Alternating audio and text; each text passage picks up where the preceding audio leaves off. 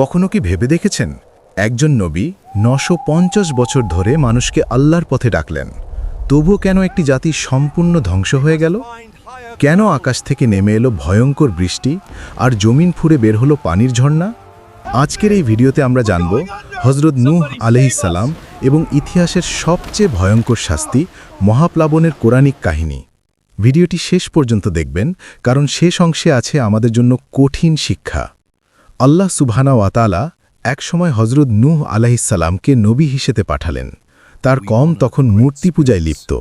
আল্লাহর একত্ব তারা ভুলে গিয়েছিল। নূহ আলাইহিস সালাম বললেন, হে আমার কওম, আল্লাহ ছাড়া তোমাদের আর কোনো ইলাহ নেই, তোমরা কি ভয় করবে না?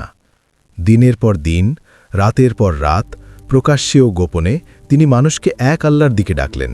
কিন্তু কওমের নেতারা বলল, তুমি তো আমাদের মতোই একজন মানুষ। নূহ আলাইহিস সালামের সঙ্গে যারা ঈমান এনেছিল তারা ছিল গরিব ও দুর্বল। এ কারণেই নেতারা উপহাস করত। তারা বলতো, এই গরিব লোকদের ছাড়লে তবেই আমরা তোমার কথা শুনব।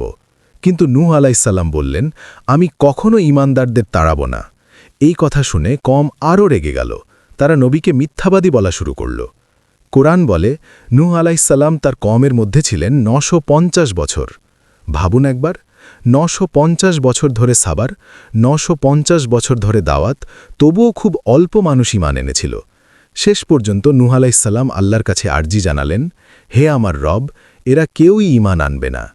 তখন আল্লাহ নির্দেশ দিলেন, তুমি আমার তত্ত্বাবধানে একটি নৌকা তৈরি করো।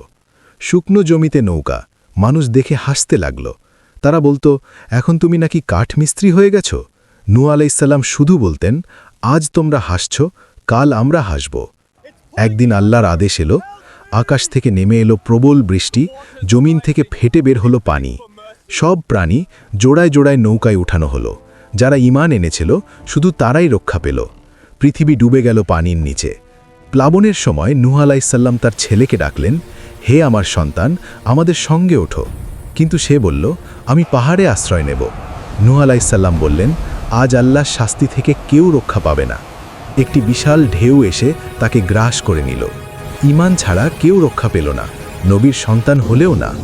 আল্লাহ বললেন, হে জমিন, তোমার পানি গিলে নাও। হে আকাশ, থেমে যাও।